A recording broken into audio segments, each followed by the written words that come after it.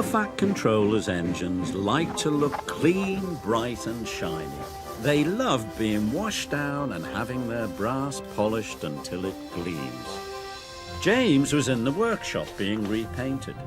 He was beside himself with joy. James thought being repainted meant he was special.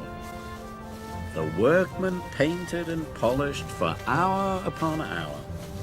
Then with new paint shining, brass twinkling and blacking blacked, James returned to Tidmouth's sheds. "Aren't I a beautiful red?" he asked the others. "No wonder the Fat Controller thinks I'm special." But Percy was worried. He wasn't being repainted, and he wasn't red. "Does this mean the Fat Controller doesn't think I'm special?" he asked. "Looking splendid is not the same as being really useful," said Thomas firmly. "But best of all is being really useful and looking splendid, like me," said James cheerfully. Before Thomas could say anything else, James closed his eyes and fell happily asleep. The next morning, all the engines were very busy. Percy was working at the coal plant. Thomas and Emily were taking passengers up and down the branch lines. Gordon was pulling the express.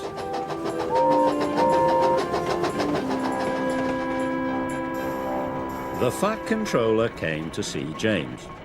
He told him to join Percy at the coal plant at once. "The coal trucks must reach Brendam docks before the boat sails, so no dilly-dallying," he said. "Yes, sir," said James, and he set off at once.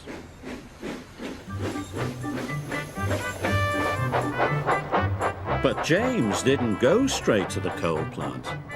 He decided to go by the canal instead. Then he could see himself in the water for yard after yard after yard.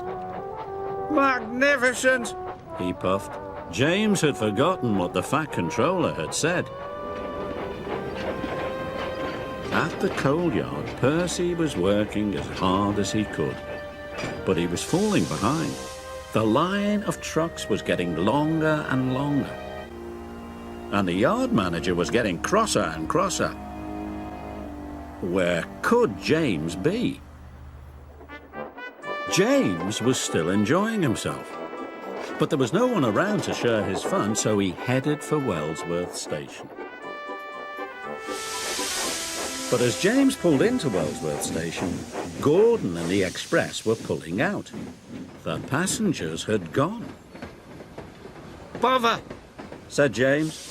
He was disappointed and he left the station. James headed straight for the branch lines. James saw Thomas. "Look at me," he puffed. "Don't I look fine?"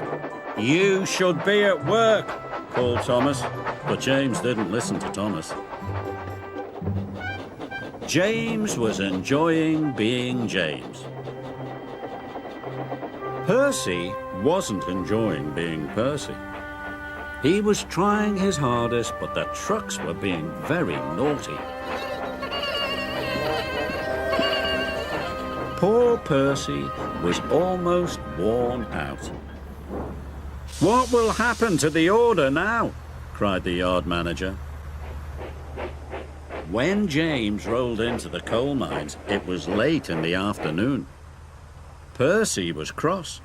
So was the yard manager. "To make up for lost time," he said, "you must take an extra long line of trucks to the docks." James was delighted. The docks were always bustling with engines and people. "It's the place to be seen," he said. "The trucks are being very naughty," warned Percy, but James wasn't listening.